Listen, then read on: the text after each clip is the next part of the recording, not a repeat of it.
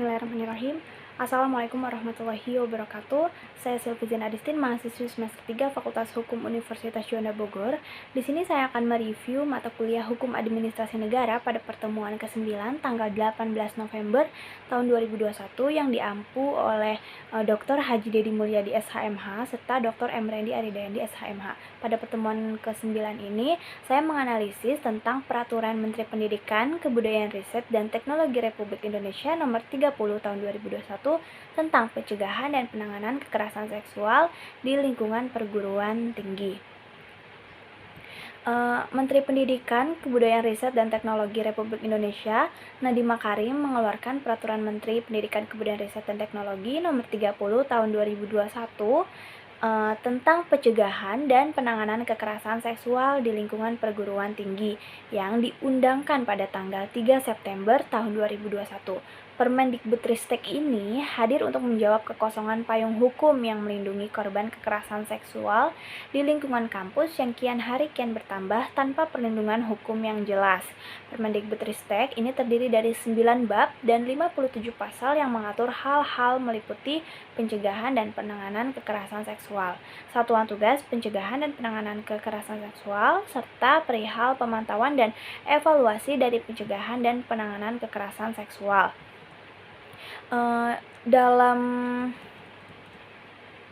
Dalam Permendikbudristek ini, perihal pencegahan wajib dilakukan oleh 3 pihak, yaitu pihak perguruan tinggi, pihak pendidik, dan tenaga kependidikan, dan oleh pihak mahasiswa. Pada pasal 6 aturan dimaksud disebutkan perguruan tinggi wajib melakukan pencegahan kekerasan seksual melalui pembelajaran, penguatan tata kelola, dan penguatan budaya komunitas mahasiswa, pendidik, dan tenaga kependidikan. Pencegahan melalui pembelajaran dilakukan oleh pemimpin perguruan tinggi dengan mewajibkan mahasiswa, pendidik, dan tenaga kependidikan untuk mempelajari modus pencegahan dan penanganan kekerasan seksual yang ditetapkan oleh kementerian, sedangkan untuk pendidik, tenaga kependidikan, dan mahasiswa juga diminta untuk turut melakukan upaya pencegahan dengan cara membatasi pertemuan dengan satu sama lain secara individu di luar area kampus, di luar jam operasional kampus, dan atau untuk kepentingan lain selain proses pembelajaran. Dalam pasal 4 Permendikbudristek Nomor 30 Tahun 2021, misalnya disebutkan bahwa jika mahasiswa perguruan tinggi X mengalami kekerasan seksual yang dilakukan oleh mahasiswa perguruan tinggi Y, maka Satgas kedua kampus merujuk ke Permen PPKS untuk penanganannya. Selain itu, Permendikbudristek Nomor 30 Tahun 2021 merinci bentuk tindakan dengan konsekuensi sanksi administratif, mengakui kemungkinan bentuk kekerasan seksual tersebut berkembang, dan mengatur langkah-langkah pencegahan guna mengurangi kerugian akibat kasus kekerasan seksual. Selanjutnya merujuk pasal 5 Permendikbudristek Nomor 30 Tahun 2021 yang termasuk tindak kekerasan seksual adalah verbal, non-fisik, fisik, dan melalui teknologi informasi serta komunikasi. Menteri Pendidikan, Kebudayaan Riset, dan Teknologi atau Mendikbudristek Nadiem Anwar Makarim menjelaskan, Permendikbudristek PPKS ini juga berupaya menghilangkan area abu-abu yang ada selama ini. Apa yang dimaksud dengan area abu-abu? Area abu-abu adalah aktivitas-aktivitas yang dipahami secara tidak hitam dan putih. Apakah itu merupakan kekerasan seksual atau bukan? Katanya seperti itu.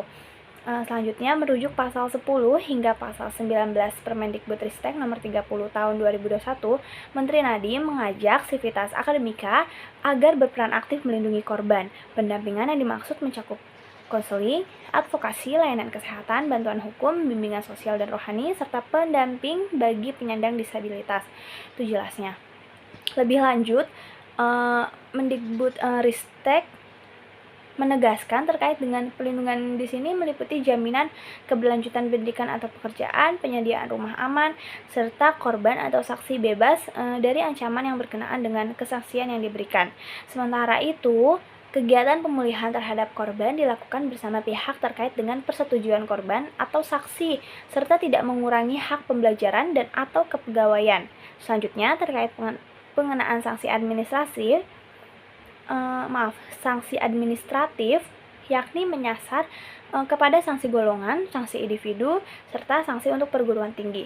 Sanksi kepada pelaku harus berdasarkan dampak akibat perbuatannya terhadap kondisi korban dan lingkungan kampus.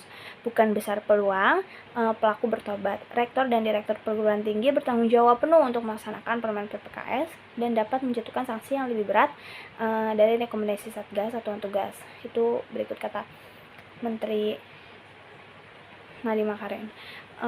Sekian review yang sudah saya buat. Kurang lebihnya mohon maaf. Wassalamualaikum warahmatullahi wabarakatuh.